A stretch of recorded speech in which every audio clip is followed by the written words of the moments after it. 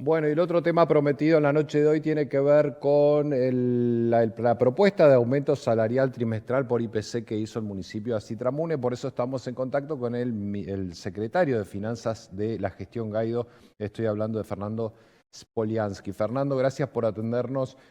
Buenas noches. ¿Qué tal, Santiago? Buenas noches para vos y para la audiencia. Gracias por la invitación. Bueno, no, gracias a vos por atendernos a esta hora, Fer, realmente. Bueno, propuesta Citramune, tengo entendido que la asamblea de Citramune todavía no convalidó, pero hay expectativas. Contanos en qué consistió esa propuesta del Ejecutivo y cuál es la expectativa justamente de que se apruebe, ¿no? Bueno, el municipio de Neuquén hace semanas que lleva adelante una negociación salarial mediante el diálogo, como ha sido la característica que ha llevado Ujú. adelante el intendente Mariano Gaido en toda su gestión. Habíamos iniciado el año con un incremento del 20% en el mes de enero, Sí. luego en marzo el 14% que tenía que ver con el IPC del mes de febrero, y en ese acta acuerdo habíamos estipulado juntarnos en la segunda quincena de abril para ver cómo continuamos las recomposiciones hacia final de año. Eso efectivamente ocurrió en forma conjunta con el secretario de Gobierno, el doctor Hurtado, y por supuesto los representantes del gremio Citramune. En las dos últimas semanas de Ujú. abril hicimos diferentes propuestas que fueron rechazadas por la asamblea del gremio Citramune, Ujú. y en el día de hoy se hizo una última propuesta que tiene que ver con una característica similar a lo que acordó provincia con los gremios del Estado, tanto con Sí. ATE como ATEN, como Sejún, como otros municipios también de la provincia, que es un bono de 150.000 pesos más el 10,5% que se corresponde con el IPC del mes de marzo, Ujú. y a partir de el próximo trimestre Sí. con actualizaciones trimestrales por IPC hasta llegar a enero de 2025 Ujú. en una fórmula similar a la que ha utilizado la provincia con estos gremios del Estado. Es una propuesta que tiene una característica: que ese bono no lo van a percibir ni el intendente ni los Ujú. secretarios, Sí. en una decisión que tomó el intendente Mariano Gaido en virtud de la situación que vive nuestro país en términos económicos, y para mantener, por supuesto, también el equilibrio fiscal de las cuentas públicas. Ujú. El municipio de Neuquén paga sus salarios y sus servicios con recursos propios, sin ningún tipo de Sí. asistencia financiera, y dentro de las posibilidades entonces surge esta nueva propuesta que mañana el gremio en su asamblea decidirá si la acepta o no. Bien. Fer, ¿esto incluye jubilados municipales o eso va por otro carril? Sí. No, no, también incluye a jubilados en el porcentaje que corresponde, que es el Sí. 80%, y también organismos descentralizados, Consejo Ujú. Deliberante, Sí. la Defensoría del Pueblo y la Sindicatura Municipal. Muy bien. Bueno, ¿y hay plata para esto o cómo quedan las finanzas? Entiendo que la municipalidad no tiene mucho más allá del 35% de masa salarial, lo cual es saludable porque es raro encontrar un estado que tenga baja masa salarial, pero ¿cómo quedan las finanzas o en qué nivel se comprometen a futuro, no? Bueno, siempre las propuestas que hemos hecho tienen que ver con las posibilidades financieras del municipio de Sí. afrontar, por supuesto, sus compromisos, entre ellos los salariales. Desde luego que tampoco hay que dejar de lado que el municipio tiene que prestar servicios, Ujú. fundamentalmente la recolección de residuos y el transporte Sí. público, y también avanzar con el plan de obra pública e infraestructura para una ciudad que crece y se desarrolla como Neuquén. Así que dentro de esas posibilidades y manteniendo el orden Ujú. fiscal es que hemos hecho estas propuestas. Bien. El presupuesto municipal tiene una distribución de tercios, tal cual mencionabas: un 30% de salarios, 32% de servicios y el resto en obra pública. Así que, manteniendo esa misma situación, Sí. hemos llevado adelante estas propuestas salariales. Bien. Hasta aquí no hemos encontrado una respuesta favorable por parte del gremio, pero Ujú. entendemos que seguramente en esta última propuesta vamos a encontrar un punto de acuerdo. Bien, Fer, mi otra pregunta sería por el lado de la tasa vial, si me permitís, porque Adorni dijo que están buscando la manera de que los municipios no puedan cobrar esas tasas para compensar el transporte público, el fondo compensador. Bueno, no sé si esto a ustedes los preocupa, los ocupa. Bueno, hace unos días atrás el intendente Mariano Gaido también tomó la decisión de suspender la aplicación de la misma hasta tanto exista consenso por parte de todos los actores involucrados en la temática. Esto es, otros municipios para darle carácter regional a esa tasa y por otra parte también el consenso de la Cámara de Expendedores y de los estacioneros, quienes en ambos casos se manifestaron en contra de la aplicación de la tasa. Es una tasa incómoda, antipática, Santiago, no es una tasa que haya surgido por parte del Consejo Deliberante, que fue quien resolvió a través de una ordenanza la aplicación de esa tasa, justamente vos lo decías, a partir de la eliminación por parte del Gobierno Nacional del Fondo Compensador del Transporte. Sí. Neuquén recibía esos fondos para financiar en parte el sistema de transporte público de la ciudad, que por otra parte cambió significativamente desde que es nuevo el sistema, ¿no? Hace un año atrás, respecto a lo que tenía. Bien, Pero sí. ese fondo que dejó de venir al interior, no solo a Neuquén, sino a todas las ciudades del interior, obviamente que había que buscar una fuente alternativa de financiamiento y surgió esa tasa como tal, pero está Bien. suspendida hasta tanto no se consiga consenso de todas las partes. Bien, el reclamo por estos 5.000 millones que argumenta el intendente que debe la nación sigue vigente. Sí, desde luego, y eso se va incrementando cada vez más. Parte Ujú, de esa creencia tiene que ver con el Fondo Compensador del Transporte, que desde diciembre no nos envían, y también la obra pública comprometida con fondos nacionales que también el gobierno decidió unilateralmente dejar de enviar. ujú, Contratos que ya estaban firmados y obras en ejecución, y que la decisión fue continuar con recursos propios, ujú. pero la creencia por parte del municipio sigue estando, así que el Bien. reclamo lo ha hecho el intendente días atrás en Rosario, en un encuentro con otros intendentes de capitales de la Argentina que están en la misma situación y seguramente seguiremos reforzando ese reclamo para que en algún momento el Estado Nacional cumpla con el municipio de la ciudad de Neuquén a lo que se había comprometido y firmado Ujú, oportunamente, que tiene sí. que ver básicamente con obra pública, infraestructura para barrios que están en desarrollo, Ujú. y también el Fondo Compensador del Transporte. Bien, te puedo hacer, me voy a abusar de la nota porque no la pautamos como secretario de Finanzas, pero me permito una en tu conocimiento de la macroeconomía, Fer, como vos sabés, siempre aprovechamos la ocasión. El presidente hizo alusión a que hay salarios que le están ganando la inflación, incluso habló de que ya se nota una mejoría en la economía argentina. ¿Qué pensás de eso? Digo, yo no veo un gran salto, a lo mejor hay variables sensibles que ustedes, los que saben de economía, observan y que nosotros no. Bueno, es indudable que el gobierno está focalizando sus esfuerzos en dos o tres ejes. El primero Sí. tiene que ver con el ajuste fiscal, ¿no es cierto? Esa Ujú, famosa motosierra más licuadora, la combinación de ujú, ambos ha hecho que Argentina se encamine hacia el superávit fiscal. bien. Pero es cierto que la contracara de eso es no abonar absolutamente nada, ¿no? Lo hemos visto con el reclamo de las universidades nacionales, recién explicaba lo de la obra pública y el Fondo Compensador del Transporte Ujú, y muchas tantas otras partidas presupuestarias que no se están abonando. sí. Eso obviamente produce un superávit de las cuentas públicas o ese superávit fiscal y luego superávit financiero que manifiesta el presidente. Y Ujú, por otra parte, también es cierto que la recesión económica está haciendo que la inflación caiga, decrezca rápidamente. De hecho, el próximo mes todas las consultoras indican que vamos ya a estar en un dígito de inflación cuando veníamos de una inflación altísima meses atrás. Es decir, la combinación de esa recesión económica está generando efectivamente una merma significativa en la inflación. En el caso particular de los salarios, el gobierno tampoco está ujú, homologando paritarias al alza, es decir, elevadas, claro. porque dice, mirá, si estoy bajando la inflación, acompáñame con que los salarios vayan también a la baja para no generar un efecto de salto en la inflación Ujú, producto de la monetización, ¿no? sí. Que es en términos ideológicos a lo que adhiere el gobierno. Dice, no inyectemos dinero en la plaza y de esa manera vamos a calmar los precios. El hecho de que haya manifestado que algunos sectores o algunos salarios le están ganando la inflación tiene que ver con que algunos gremios, algunos convenios colectivos habían fijado pautas por encima de lo que la inflación está resultando. Entonces puede ser que en algunos sectores se esté recuperando el poder de compra porque los salarios pautados anteriormente Sí, estaban pensados en un escenario inflacionario más alto del que tenemos actualmente. Así bien. que eso lo vamos a ir viendo con el correr de los meses.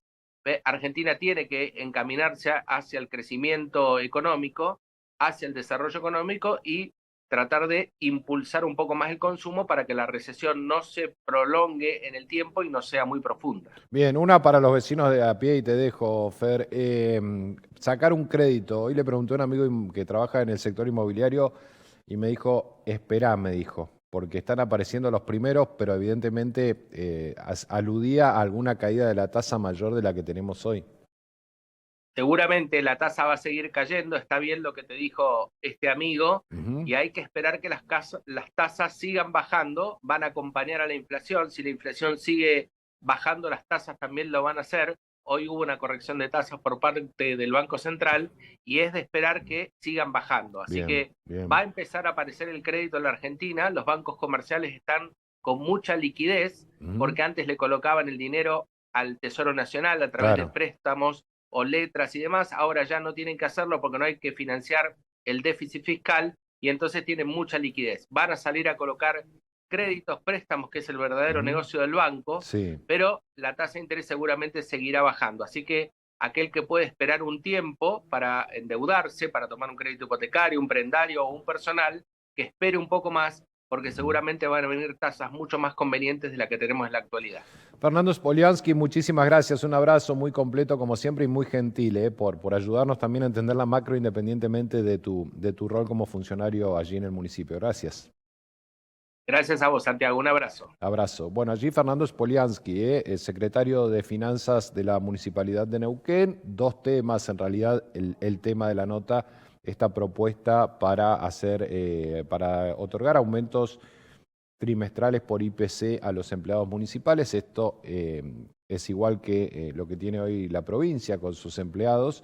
Así que hay que esperar qué pasa. Creo que mañana ya va a haber novedades desde Citramune para que este acuerdo en definitiva se concrete. Y el otro tema, fuimos un poquito, aprovechamos el conocimiento de Fernando para ir un poquito a la macro.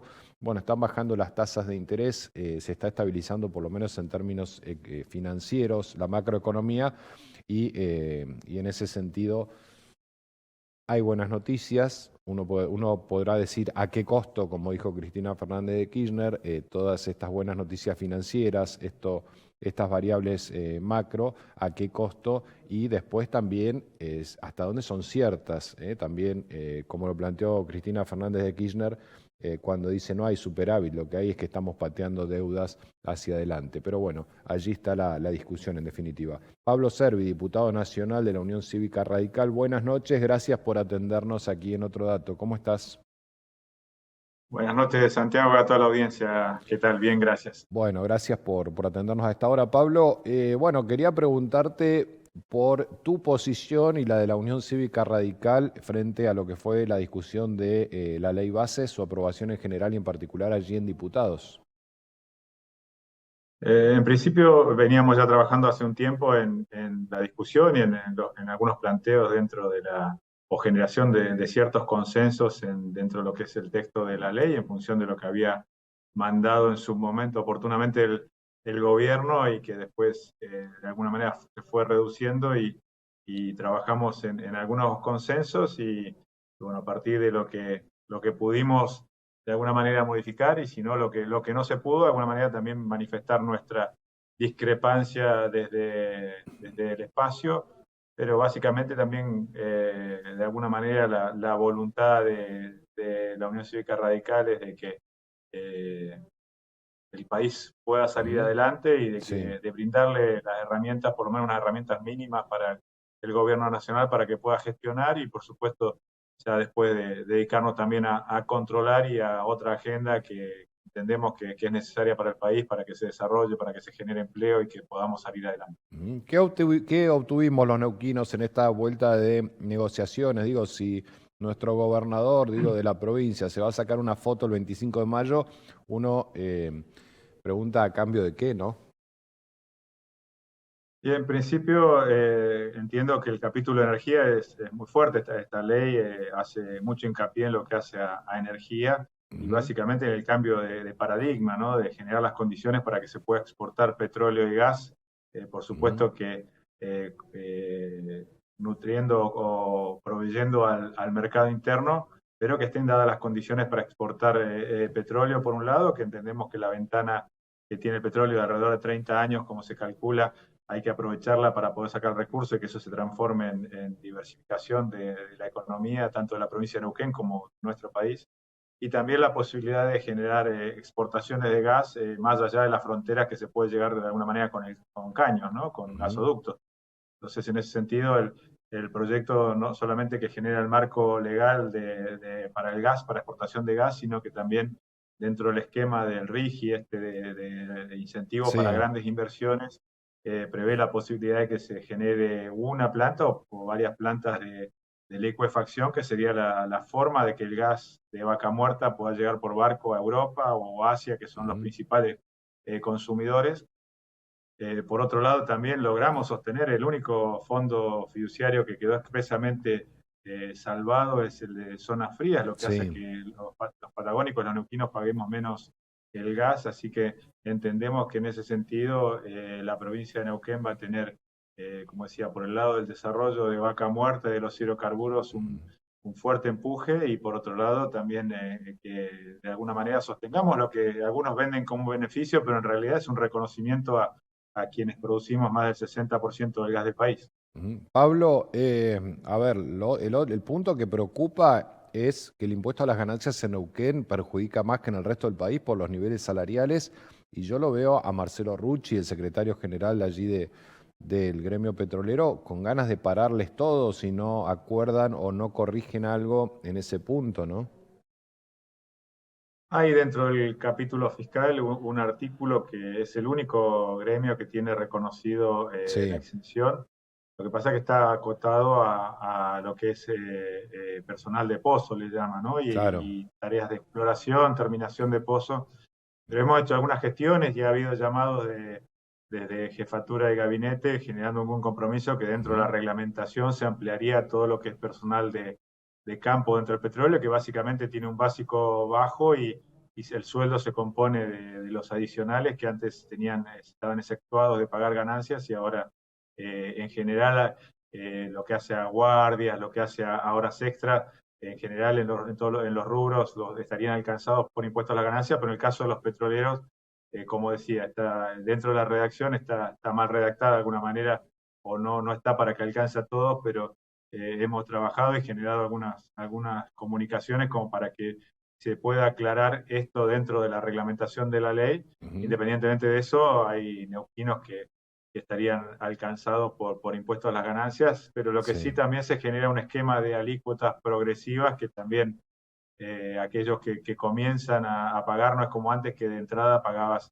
una alícuota alta, sino que comenzás con el 5%, después se va al 9%, que sabemos que los impuestos, nadie quiere que le suban los impuestos, pero también entendemos que impuestos a las ganancias es un impuesto que es más progresivo que por ahí la inflación o el IVA, que son impuestos que van sobre el consumo y sobre todo sobre el último de la cadena.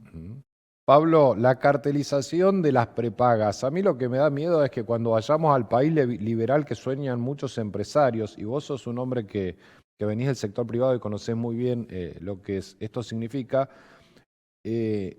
me preocupa porque digo, a lo mejor cuando se desregule todo, los que no van a estar de acuerdo con un modelo de competencia van a ser algunos sectores del empresariado que están acostumbrados justamente a lo contrario en la Argentina, ¿no? En muchos casos, a llevarse bien con el Estado y que ese sea el mecanismo de fracaso o de éxito de los distintos rubros.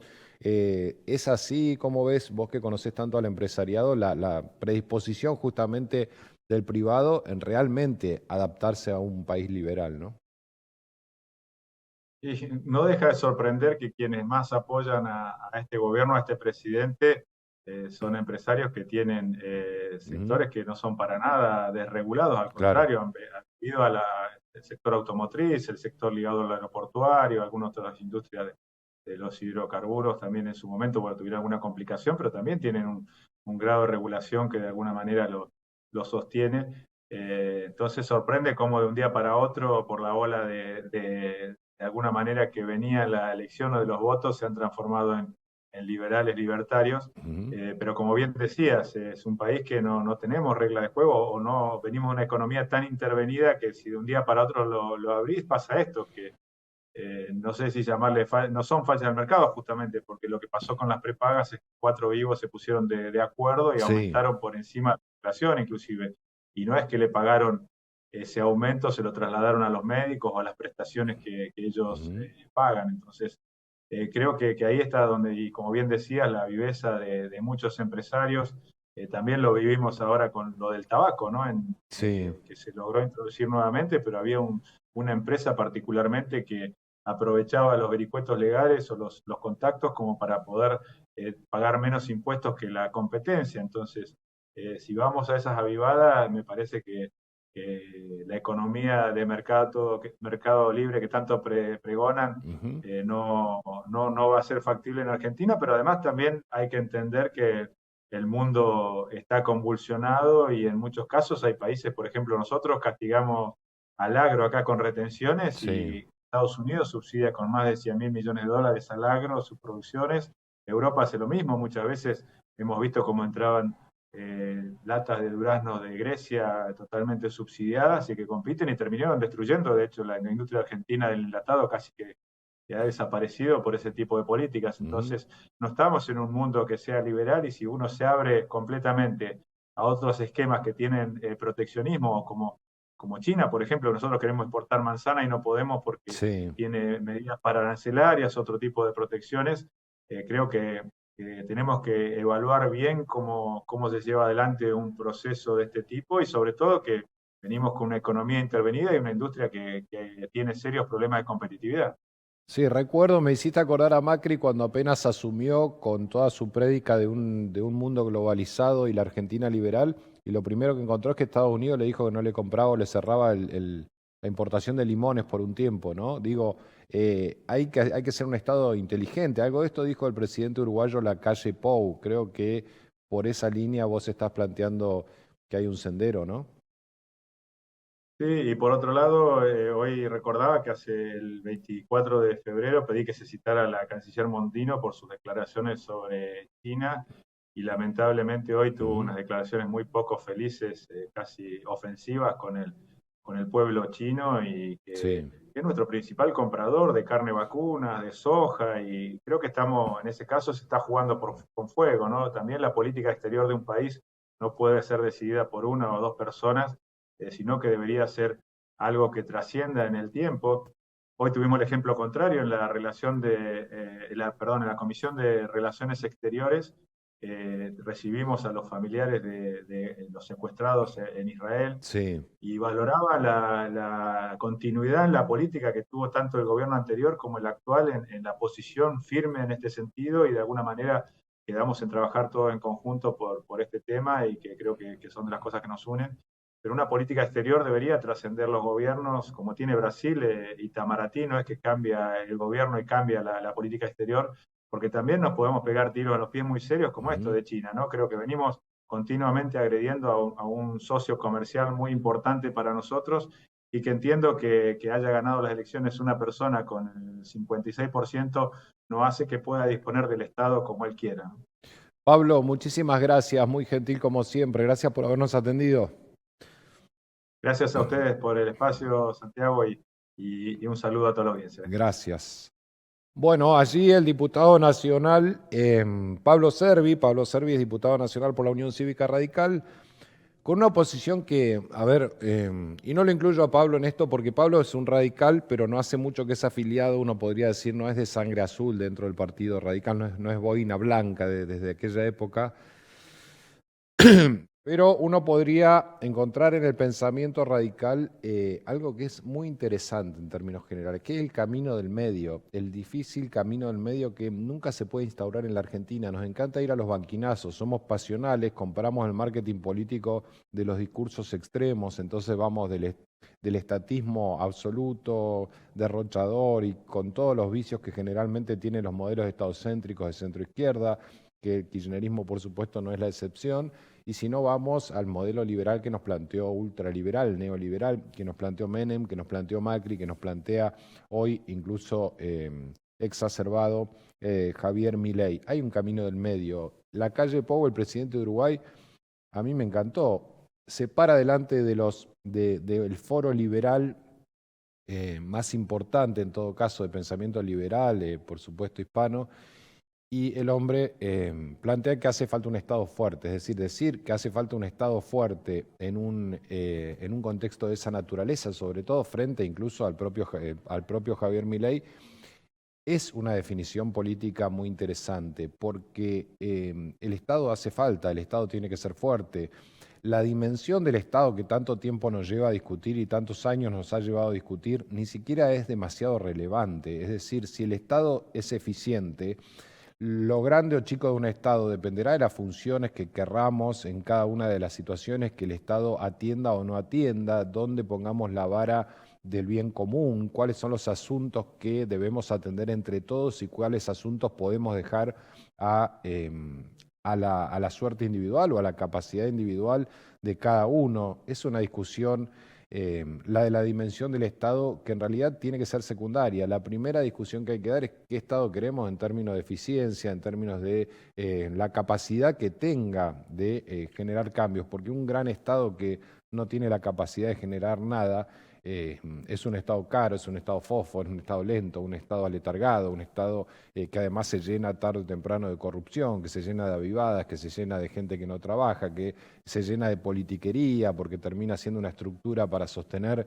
en definitiva, espacios políticos. Y no sirve para nada. Un Estado demasiado pequeño que no se encarga de nada mientras la gente la pasa muy mal, tampoco sirve. Es decir, la dimensión del Estado yo creo que no es lo trascendente. Lo trascendente es si el Estado sirve o no sirve, si devuelve algo o no devuelve nada. Después puede ser un país como los países nórdicos, con un Estado importante, pero que le soluciona realmente muchos temas de la vida al conjunto de la ciudadanía, o puede ser un Estado liberal con un Estado pequeño que se encarga de pocas cosas, pero que las hace bien. Me parece que hay un camino del medio para encontrar. Hay un camino del medio que la propia sociedad está marcando cuando dice: la casta no, el Estado corrupto, el Estado sobredimensionado, el gasto público innecesario, todo eso no, pero también dice, pero a la educación pública, a la universidad pública, no me la toques. En esos puntos uno empieza a observar, ojalá tal vez sea una expresión de deseo, que puede haber un camino del medio. El tema es quién lo toma, quién lo conduce y quién logra convencer a aquellos que no están convencidos en una Argentina donde siempre elegimos extremos pasionales. Nos encanta el River Boca, nos encanta lo pasional, nos encantan las confrontaciones y nos encanta recorrer las banquinas. Yo creo que el camino tiene que ser una combinación de un Estado fuerte, de un Estado que resuelva lo que se propone resolver. Después discutiremos qué tiene que resolver y qué no el Estado, cuál tiene que ser su dimensión, pero que empiece por resolver lo que se propone resolver. Y recién ahí empezar a buscarle otras discusiones secundarias, como si tiene que ser grande, chico, que me parece que además de una discusión vieja, es una discusión agotada y que no nos ha dado resultado nunca. Recién Servi decía: los países más capitalistas son intervencionistas en sus mercados y esto es lo que tenemos que aprender, que el Estado tiene un rol incluso en los países padres del capitalismo y del liberalismo que tienen una cultura arraigada en esos modelos, mucho más importante por supuesto que la nuestra, y sin embargo cuidan los intereses de sus industrias, cuidan la negociación internacional, cuidan los intereses nacionales. Bueno, tal vez vaya por ahí, tal vez vaya por una Argentina liberal que tiene que aprender a salirse de los extremos y a encontrar la moderación allí donde hace falta y donde es necesario, por ejemplo, protegiendo algunas industrias, fomentando otras y entendiendo que el interés nacional lo tiene que definir el Estado, pero a través de la moderación y a través de estos equilibrios que ojalá no solamente encuentre la política, cosa que no creo, pero ojalá exija la sociedad como lo hizo con la universidad pública la semana pasada. Esto fue otro dato, nos escuchamos mañana en la radio, por supuesto como siempre, el sábado en la radio con Neuquén.ar en el Compacto Político y el jueves que viene a las 9 de la noche otra vez aquí en 24/7. Buenas noches. Sabemos que la distancia desde casa a la escuela es la misma, o que desde casa al trabajo es otra distancia, también fija. Pero hay una variable. Dale, vamos, re tarde. El tiempo.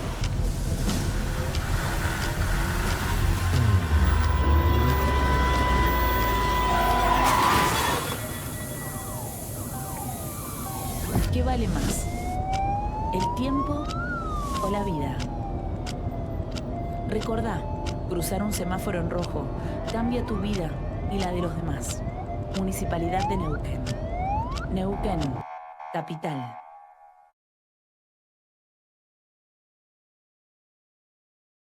Avanza el programa de becas para todos los neuquinos. Acompañamos a más de 50 comunidades mapuches. Sumamos a más niños, niñas y adolescentes albergados en los hogares de la provincia. En marzo, habilitamos las inscripciones para los cursos de formación profesional y terminalidad de estudios secundarios. Seguí los avances del programa en www.neuquén.gov.ar/educaneuquén. La educación evoluciona para vos. Gobierno de la provincia del Neuquén.